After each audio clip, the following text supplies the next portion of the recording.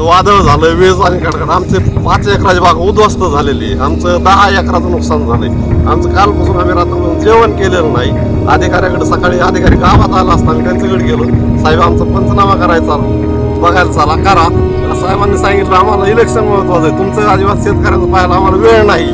म्हणजे अधिकाऱ्यांना इलेक्शन महत्वाचं आहे, शेतकऱ्यांच्या बाजू नाही. शेतकरी महत्वाचा नाही, शेतकरी मरायला लागलेला. आमच्या असे फाशी घ्यायची वेळ आलेली. 10 लाखाचं नुकसान झालं. आम्ही टँकरने पाणी घालून बाग आणलेली आणि आता 15 दिवसात तोडा आलेली बाग आहे. तरी अधिकारी जर असं म्हणते म्हणजे आम्ही कोणाकडे जायचं, प्रशासनाकडे. प्रशासन आमची कुठलीच दखल घेत नाही. आम्ही कुठल्या तरी आशेने गेलो होतो की आमची काहीतरी अपेक्षा, उत्तर भेटणं अपेक्षेप्रमाणे अधिकारी येतील, पंचनामा करतील, आम्हाला काहीतरी मदत मिळेल ही अपेक्षेने आम्ही त्यांच्याकडे गेलेलो होतो. आम्हाला असं समाधानकारक उत्तर नाही भेटलेलं. आमची अपेक्षा होती की त्यांनी म्हणून आम्हाला वेळ नाही, आज उद्या येतो आम्ही, परवा येतो. जिल्ह्याचे पालकमंत्री धनंजय मुंडे यांनी तर कमीत कमी सांगायला पाहिजे ना, पंचनामे करून घ्या म्हणून.